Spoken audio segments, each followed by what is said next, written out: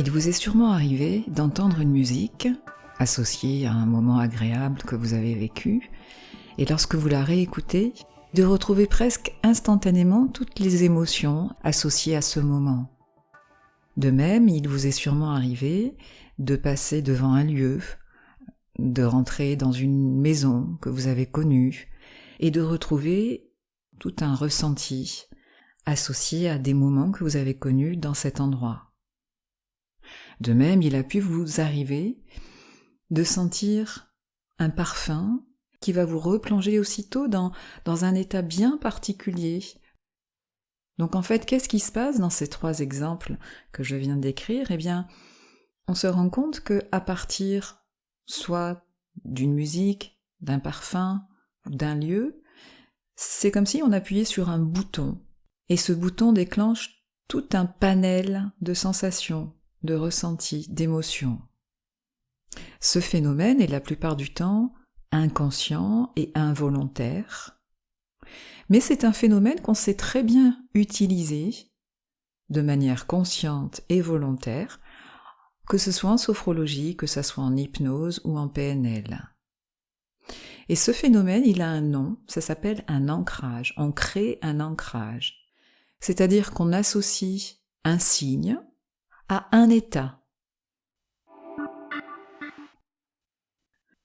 Avec le geste signal, vous allez créer un réflexe conditionné et vous allez apprendre à l'utiliser comme élément, comme outil déclencheur d'un état souhaité, déclencheur de détente, de calme, de force, de puissance, de courage, de confiance en soi, de volonté, de motivation, etc., selon la ressource sur laquelle on a besoin de travailler, selon son objectif.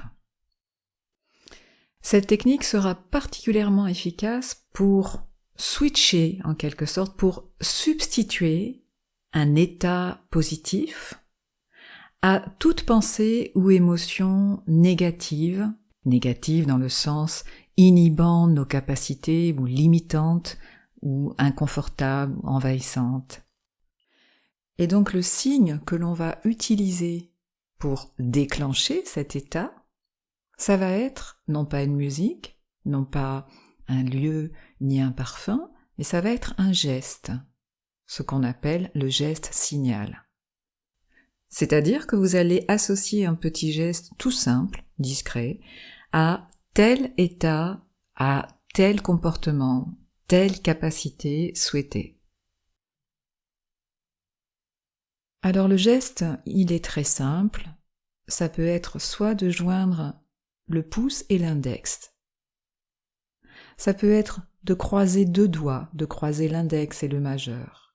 Ça peut être juste de fermer le poing. Ça peut être n'importe quel autre geste, en général c'est un geste discret avec la main. Il a été démontré qu'il faut compter 21 jours pour intégrer une nouvelle habitude. Aussi, pour que cet outil soit vraiment opérant, idéalement, il faudrait répéter l'entraînement 21 jours. Mais vous pouvez aussi écouter l'audio au minimum 2 ou 3 fois et ensuite le faire pendant les jours restants avec votre propre guidance et sur un temps beaucoup plus condensé, voire même en vous enregistrant vous-même.